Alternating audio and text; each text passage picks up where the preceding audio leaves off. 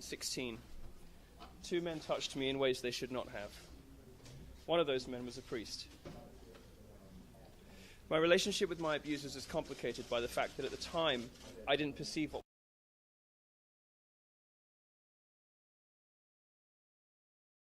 I view myself as a victim, but clearly I am one.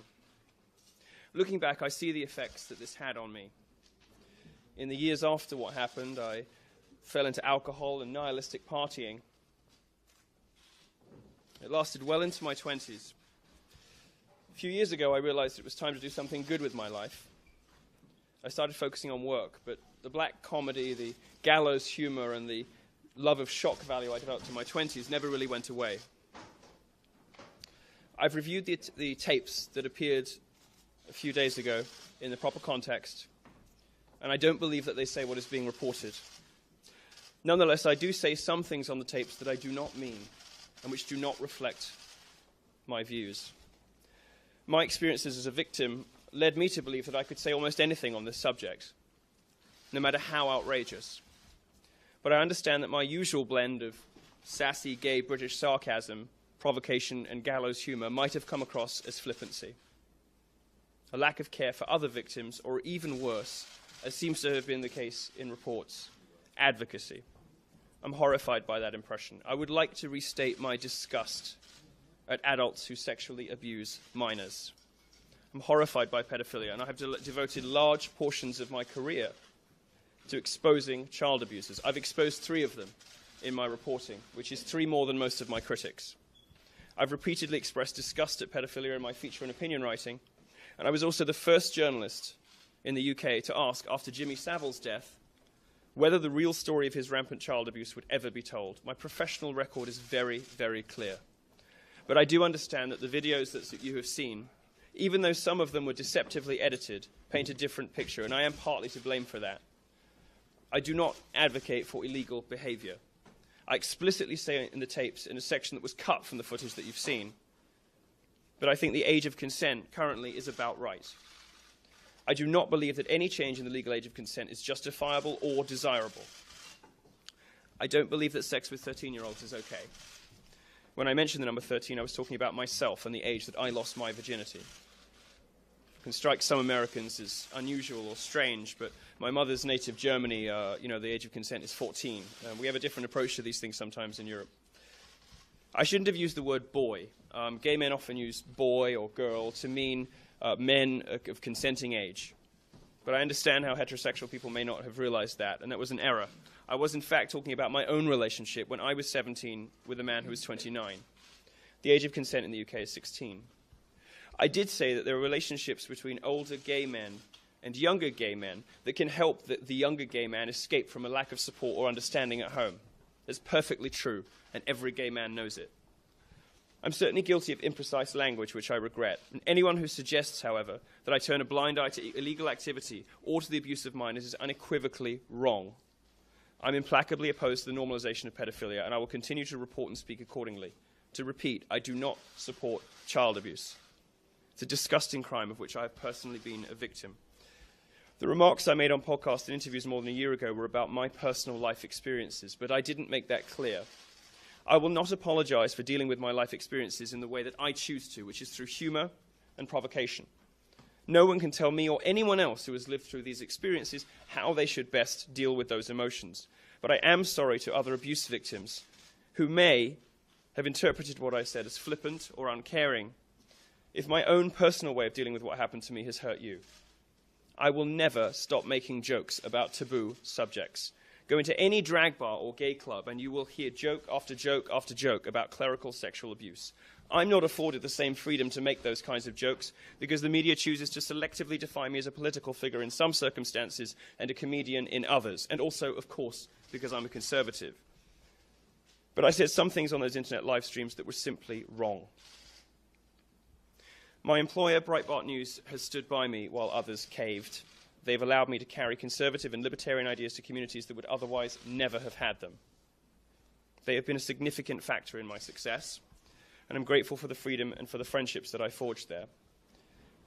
But I would be wrong to allow my poor choice of words to detract from my colleague's important job, which is why today I'm resigning from Breitbart effective immediately. This decision is mine alone. When your friends have done right by you, it's only right to do right by them. And for me, that means stepping aside so my colleagues at Breitbart can get back to the great work they do. My book, Dangerous, has received interest from other publishers after my previous publisher, Simon & Schuster, informed me they no longer wish to release it. The book will come out this year as planned, with perhaps an additional chapter. I'll be donating 10% of my royalties to child sex abuse charities. I haven't ever apologized before, and I don't anticipate ever doing it again. Name-calling doesn't bother me, and misreporting doesn't bother me. But to be a victim of child abuse and at the same time be accused of being an apologist for child abuse is absurd. I regret the things that I said. I don't think I've been as sorry about anything my whole life, and this isn't how I wanted my parents to find out about this either. But let's be clear about what's happening here. This is a cynical media witch hunt from people who do not care about children. They care about destroying me and my career, and by extension, my allies. They know that although I made some outrageous statements, I've never actually done anything wrong. They held this story back. They held the footage back, footage that's been out there in the wild for over a year, because they don't care about victims. They don't care about children. They only care about bringing me down. They will fail. I will, in the next couple of weeks, be announcing a new independently funded media venture of my own, and a live tour in the coming weeks, and new campus tour dates, part of my new Troll Academy tour. I started my career as a technology reporter who wrote about politics, but I have since mutated and grown into something quite different and much bigger. I'm now a performer with millions of fans in America and beyond. I'm grateful for the tens of thousands of messages that I have received. And I look forward to making you all laugh, cry, and think for many, many decades to come. My full focus is now going to be on entertaining and educating everyone, left, right, and otherwise.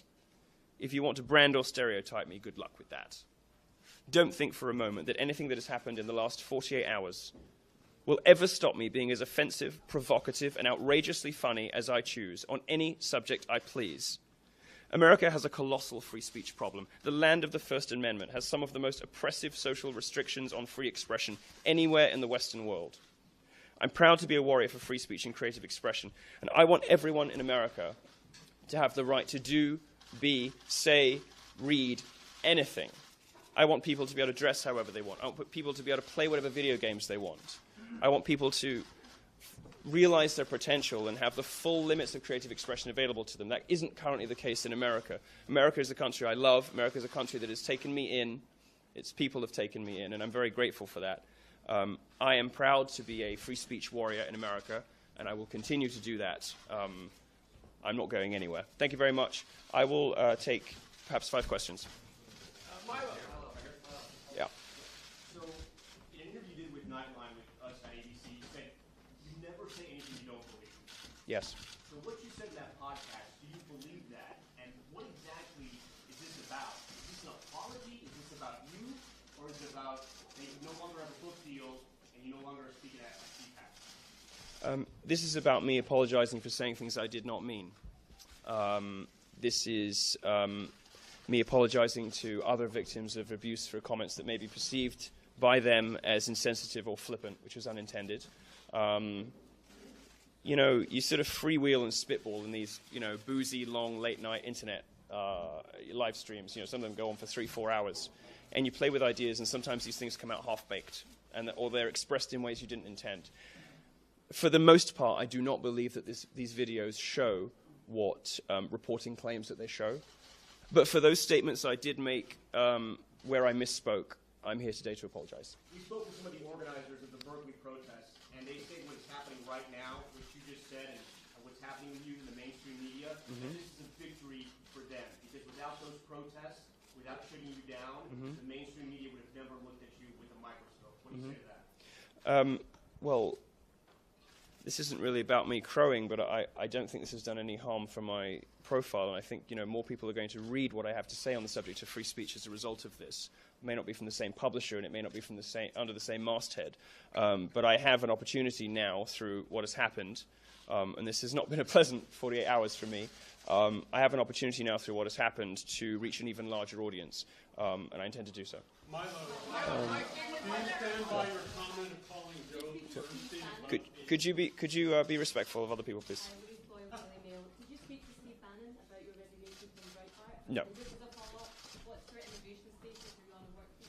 I'm on an O1B, Alien of Extraordinary Ability. Do you stand by your comment yeah. calling Joe Bernstein a fiction? I'm looking at the scene here. I'm not sure that we could have a news conference with researchers talking about curing cancer and we would have as much turnout here. Yes. What does this tell us about our culture?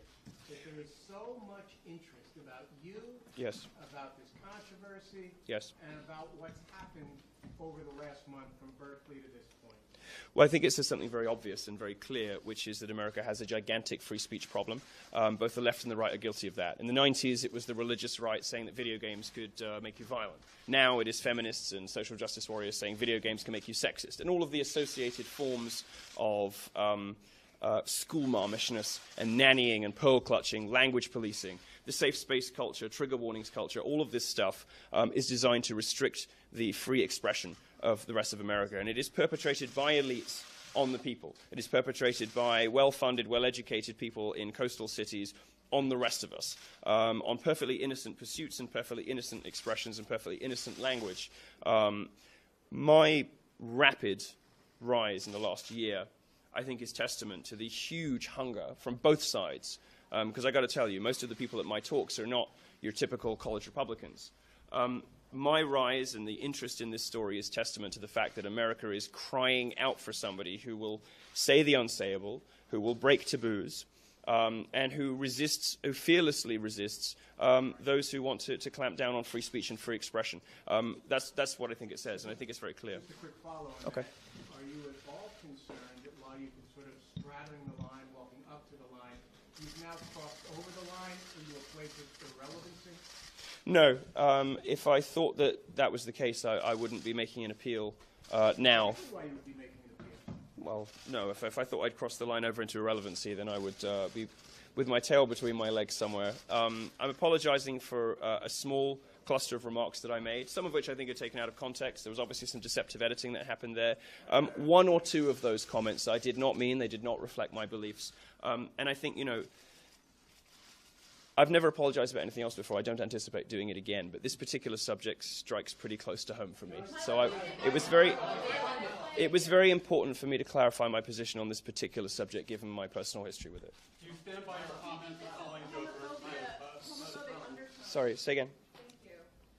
NBC News. Hi. Do you think that there are homophobic undertones to the fact that this particular topic is the one that finally crossed the line, given that gay men have historically been equated with pedophilia, and given that you have done some rather controversial things in the past? Well, statistically speaking, there's no evidence to suppose that pedophilia and homosexuality are related, though I think that the numbers show a slight preponderance. I think pedophiles are slightly more likely to be gay. That is to say, slightly more likely to be into boys if they're men than into girls, but not by very much. I know that CPAC has a long and complex history with gays. I know that one of the organizers of CPAC was fired for trying to welcome, log cabin Republicans into the tent. I know that there have been a lot of problems with CPAC and homosexuals. I think if you look at the crowds that follow me around, Louisiana State University, we filled a 1,200-seater in 48 hours. I came out in full drag, as a drag queen, to give a talk about fat shaming. And 1,200 Republicans gave me a standing ovation. This simply hasn't happened in the history of this country before. And I'm very proud to be introducing what I would consider to be normal gays to, Republican and conservative America. We don't all have to be like, the stereotype, the pink suit and ludicrousness of a lot of gays that you see on television. I think if there's a problem, it's the way that gays are represented on TV.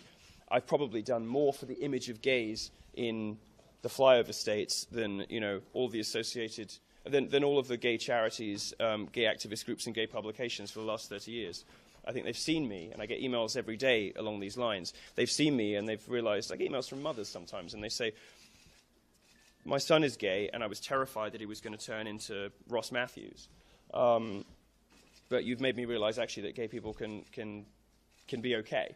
I'm very proud of that and very happy of that for that. If there's any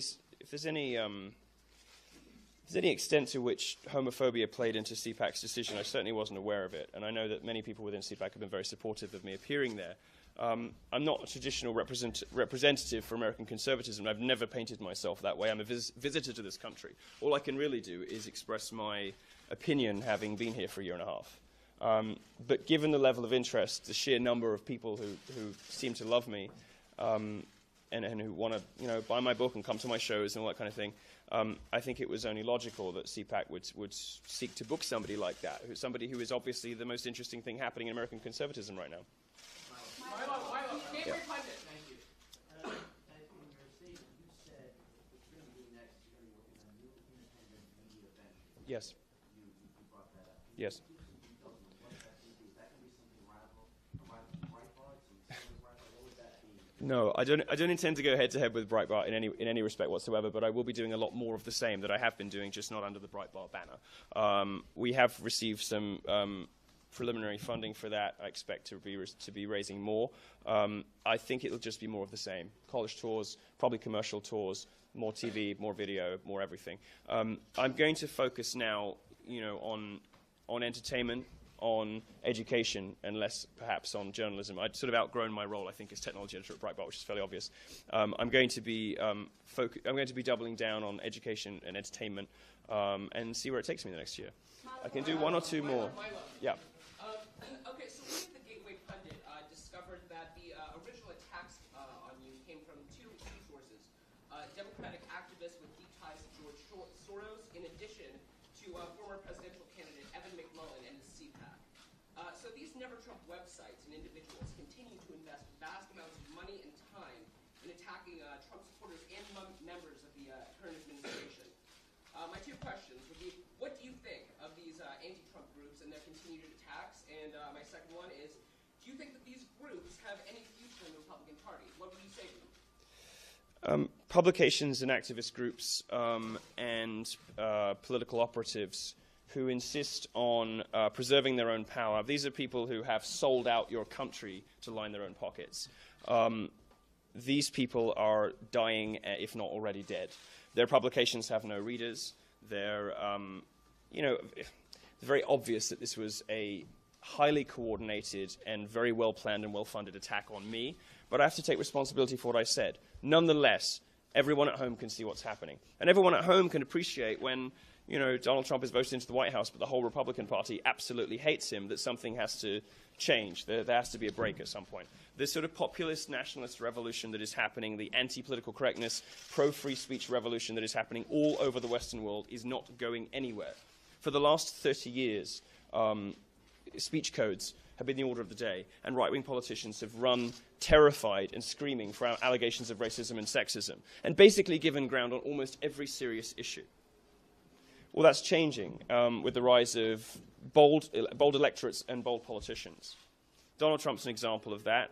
I'm an example of a cultural figure related to that social change, and we are going to represent the next 30 years. This last 48 hours has been a horrible and humiliating and degrading experience for me, but I'm going to be around for 30 years. Many of the people who are organizing everything they possibly can to take me down will not be. I'll do one or two more. We've had you, so I'm sorry. Yeah, go ahead. Milo, let me toss you a bone. First of all, I'm going to let you know, although I detest everything about NAMBLA, the FBI actually agrees with you. When it comes to criminal classification, victims who are 10 or 12 years old actually can grant consent. If you would, please pass this to the gentleman visiting from New York. Well, I'd just like to clarify there. I said in a segment of the video that was cut, which most of you will not have seen, that I felt that the age of consent was, quote, about right, unquote. I have no desire or wish, I don't think it's desirable or justifiable to change the age of consent. I think the age of consent in my mom's native Germany at 14 is too young. Okay, the one question I have is on behalf of the state of Texas. You do issue very provocative statements. Yep. This is one that you said that is very offensive and messes with Texas. You said gay marriage is not a civil rights struggle. Stop comparing gays and blacks. When gay men are slaves, it's because we beg to be. Yes. I'm going to tell you the 1964 Civil Rights Act was signed by the greatest president of the United States, Lyndon Baines Johnson. He's a Texan. He signed it because Texas is next to Mexico, which is very close to your daddy's precious wall. signed that because Mexicans were showing up to workplaces and white men were intimidating and physically abusing them. Civil Rights Act is never, ever intended specifically for blacks only. Lyndon Baines Johnson included it for discriminatory purposes. Your argument is not only unoriginal and adios American-ish, it's also ignorant and racist. I was wondering if you could please whip up this statement, or do you have a leg to stand on? I think it was a funny joke, and I stand by it, and I don't take comparisons to Ann Coulter to be insulting. She sells a hell of a lot of books. Yeah.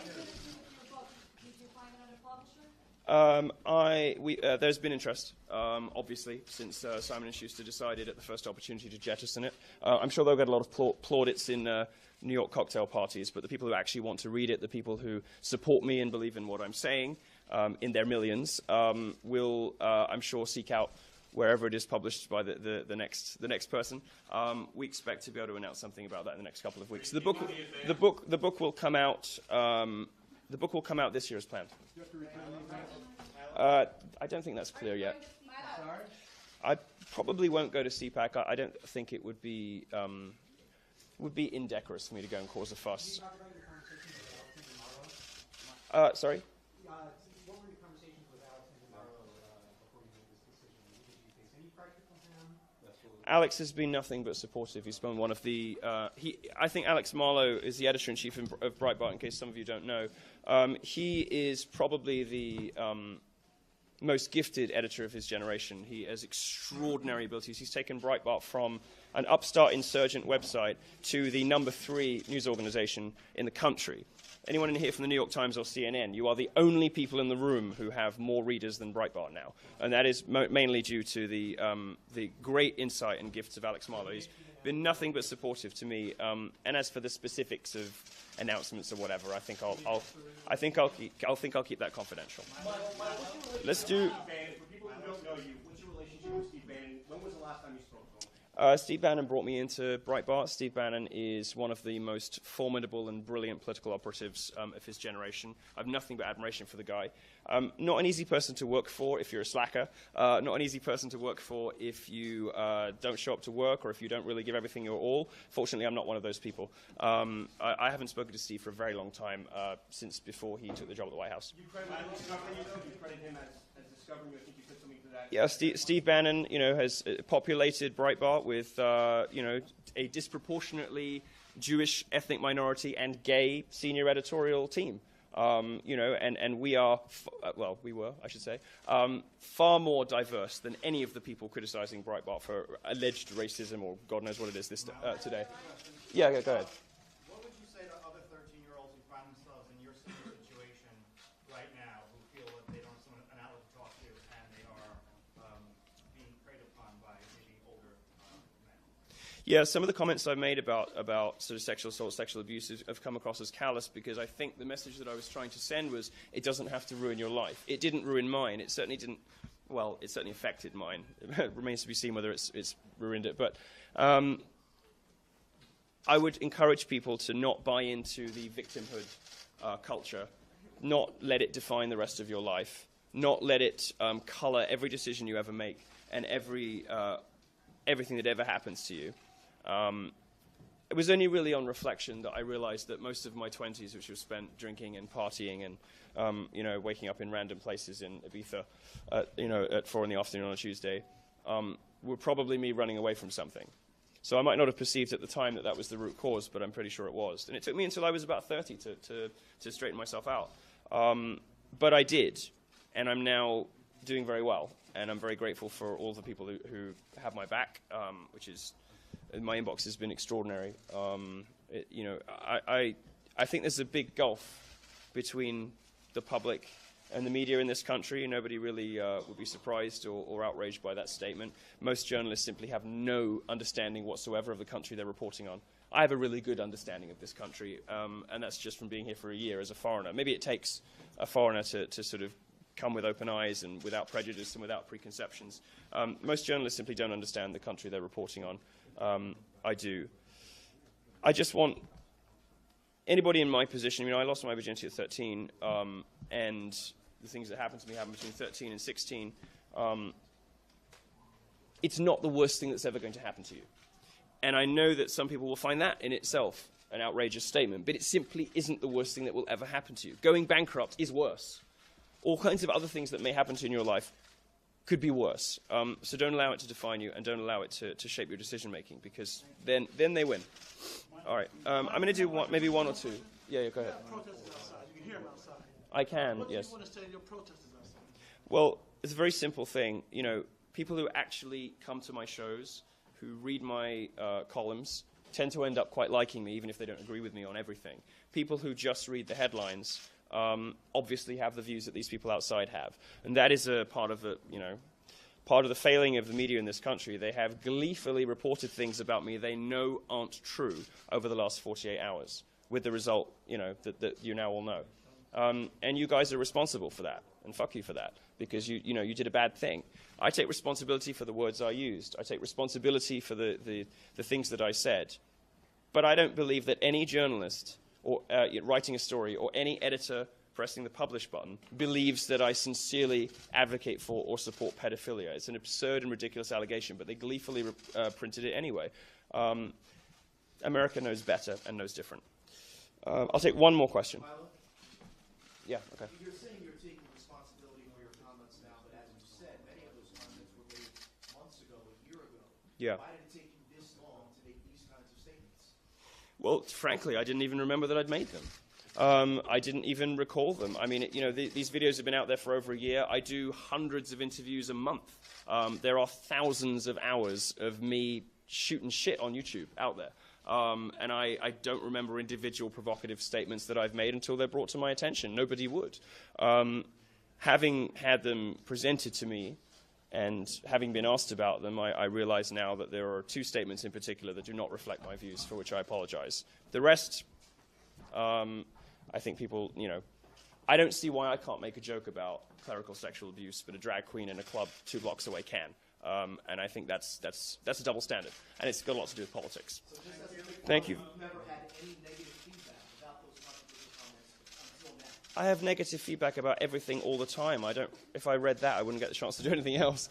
My life is one long fielding of negative feedback, but certainly nothing serious about those, no. And that's how you know that this is a politically motivated witch hunt. And the other way you know is that people knew about this stuff a year ago and didn't print anything. They waited until the most damaging possible moment, and everybody knows that. And I think America will judge accordingly. Thank you very much for coming. Thanks a lot.